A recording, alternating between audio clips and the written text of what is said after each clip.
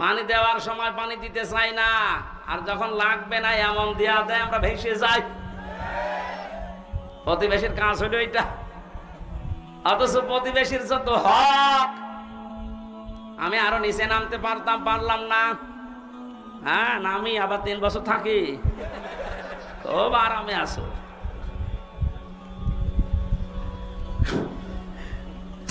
কিয়ামতের ময়দানে আল্লাহ যে বিচার ব্যবস্থা তৈরি করবে, আল্লাহর বিচারের সিস্টেম হবে 3টা। কয়টা বলেন বলেন? আল্লাহ পাক বলেন, সারিউ, তোমরা দৌড়াও। একা একা দৌড়াও না, সবাই। এবার ওঠেন তাহলে দৌড়ানো আরম্ভ করি। সারিউ, আল্লাহর আদেশ, তোমরা সবাই মিলে দৌড়াও। এরপরও আপনি দৌড়াবেন না। কোথায় দৌড়িয়ে যাবেন? ইলা মাগফিরাতিম মির রাব্বিকুম, তোমাদের রবের ক্ষমার দিকে দৌড়াও। পৃথিবীতে সবচাইতে বড় সম্পদ মুমিনের জন্য আল্লাহর ক্ষমা। আমি নিজে সহ যারা আলেমরা বসে আছে তাদেরকে বলছি, কিয়ামতের ময়দানে আল্লাহ যে বিচার ব্যবস্থা তৈরি করবে, আল্লাহর বিচারের সিস্টেম হবে 3টা। কয়টা বলেন বলেন? 1 নম্বরে, আমার আল্লাহ যদি ন্যায় বিচার করে কেউ বাঁচতে পারবে না। কথা বলেন না কেন? আল্লাহ রাব্বুল আলামিনের বিচারে কোনো অবিচার বলতে কিছু নেই। দরকার নেই। আল্লাহর বিচারে কোনো অবিচার, আরে জবাব দেন না কেন? আল্লাহর বিচারে অবিচার আছে? ন্যায় বিচার করলে কেউ বাঁচবে না।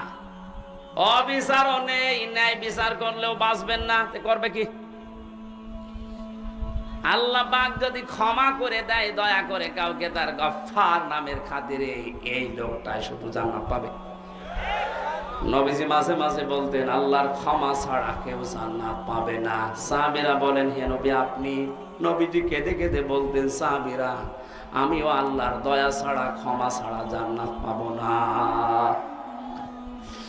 এই জন্যই আল্লাহ আয়াতের প্রথম শব্দে দিয়েছেন, দৌড়াও আল্লাহর ক্ষমার দিকে।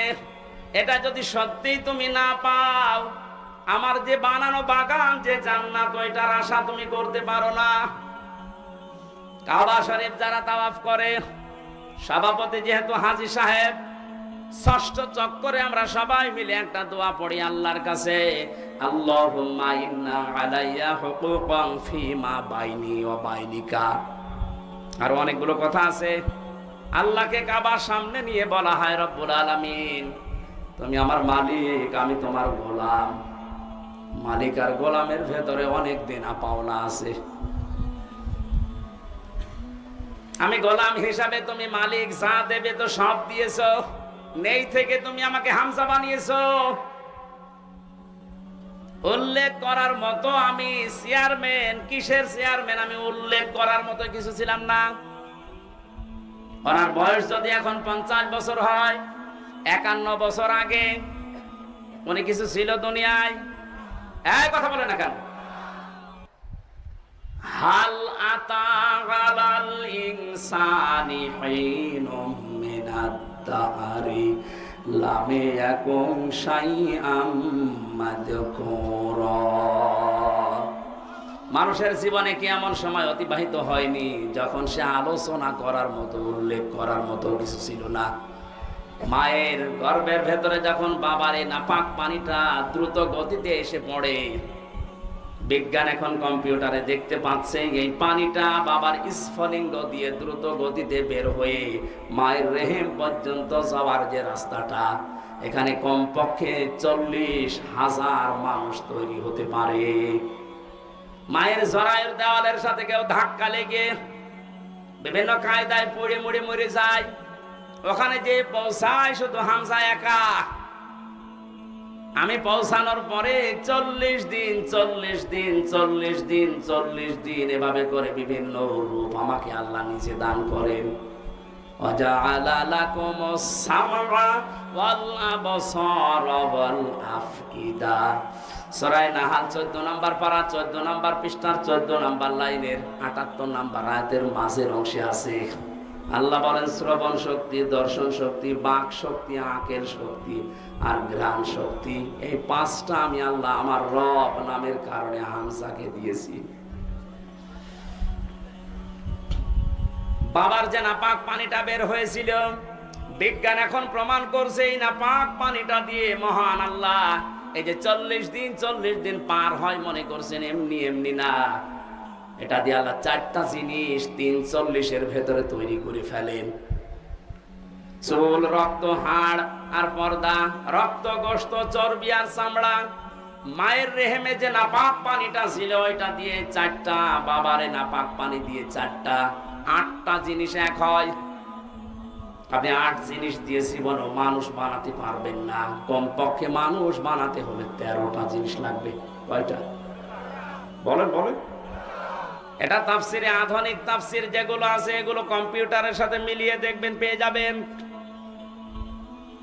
আগেকার তাফসির মুহাতামিম সাহেবরা যারা পড়েছে, আগের তাফসিরে আলাক মানে যোগ লেখা ছিল। আলাক মানে মাটির নির্যাস, জমাট বাঁধা রক্ত, এগুলো পেয়েছে। আধুনিক তাফসির যেগুলো বের হচ্ছে কম্পিউটারের সাথে মিলিয়ে দেখবেন, আলাক মানে শুধু জমাট বাঁধা রক্ত না, আলাক মানে ঝুলন্ত। আলাক মানে 40 দিন মায়ের রেহেমের ভেতরে হামজা ঝুলেছিল এভাবে, এটা আপনি এখন দেখতে পাবেন। আমি যেহেতু ওই আয়াত পড়ি না, এই জন্য ওই দিকে যাচ্ছি না। 40 দিনে 6 মাস যখন হয়ে যায় মায়ের পেটে, তখন আমার খাবারের প্রয়োজন দেখা দেয়। পৃথিবীর কোনো মানুষ আমাকে ওই জায়গায় খাবার দেয়নি। মহান আল্লাহ তার রব নামের খাতিরে না চাওয়ার আগে খাবার পৌঁছিয়ে দিয়েছে। আল্লাহ রাব্বুল আলামিন বলেন 13টা জিনিসের ভেতরে যেহেতু 8টা পেয়েছি, এখনো 5টা লাগবে। আমি যে রব নাম নিয়েছি এই জন্য রবের কারণে তোরে 5টা জিনিস ফিরিয়ে দিয়েছি। তার ভেতরে শ্রবণ শক্তি, দর্শন শক্তি, বাক শক্তি, আকেল শক্তি আর ঘ্রাণ শক্তি। একটাও যদি কম দিতাম দুনিয়ায় আসতে কিন্তু অপূর্ণাঙ্গ হয়ে পূর্ণাঙ্গ হয়ে আসতে পারতে না। হ্যাঁ, আমরা পৃথিবীতে এসে হয়তো এগুলো অনেকে নষ্ট করে ফেলি। এই যে আমার কানটা আজ 2 দিন আমি নষ্ট করে ফেলেছি। এই ভক্তবিন্দু যারা আছে এরা আদর করে আমার আইসক্রিম খাওয়িয়েছে। এই 2 দিনে এই সমস্ত দই খাওয়িয়েছে ফ্রিজের। আমি খেতে চাই না, মানে না হুজুর খান, অসুবিধা নেই। খেয়ে এখন দেখছি কানে আর কিছু শুনছি না। এই যে দুনিয়ায় এসে আমি নষ্ট করেছি এগুলো বিভিন্ন পরিবেশের কারণে, না আল্লাহ নষ্ট করে দিয়েছে? বলেন। এই যে তীব্র গরম চলছে, এটা আল্লাহর দোষ। যাহারাল ফাসাদু ফিল বাররি ওয়াল বাহরি বিমা কাসাবাত আইদিন নাস লিইউযিকাহুম বা'দাল্লাযী আমিলু লাআল্লাহুম ইয়ারজিউন। সূরা রুমের 41 নম্বর আয়াতে আল্লাহ জানিয়েছেন, জলে স্থলে যে বিপর্যয়গুলো দেখতে পাচ্ছ একটাও আমি আল্লাহ পাঠাই না, সব তোমাদের হাতের কামাই করা। বিজ্ঞানে এই বাংলাদেশ নিয়ে কয়েকদিন আগে 3 দিনের একটা গবেষণা আজকে দেখলাম। মনে করেন এই 10 কেজি পানি উপরে ওঠার কথা ছিল। এই 6 মাস তো গরম থাকে, 6 মাসে 10 কেজি মনে করেন পানি জলীয় ভাবে উঠবে উপরে, আর 10 কেজি আবার নামবে বৃষ্টির মাধ্যমে। এই গাছ উজাড় করার কারণে, পাথর পাহাড় কেটে ফেলার কারণে নদী বন 11,000-এর উপরে 1100-র উপরে নদী এই দেশে আছে, সবগুলো প্রায় শুকিয়ে যাচ্ছে। এ কারণে পানিগুলো আর উঠতে পারে না আকাশে, ওখান থেকে আর নেমে যে ঠান্ডা হবে সে পরিবেশও হয় না। এই দোষ তো আল্লাহর।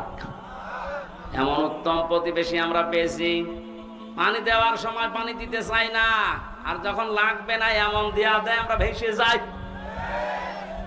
প্রতিবেশীর কাজ হলো এটা। অথচ প্রতিবেশীর যত হক, আমি আরো নিচে নামতে পারলাম না। হ্যাঁ, নামি আবার 3 বছর থাকি, খুব আরামে আছো।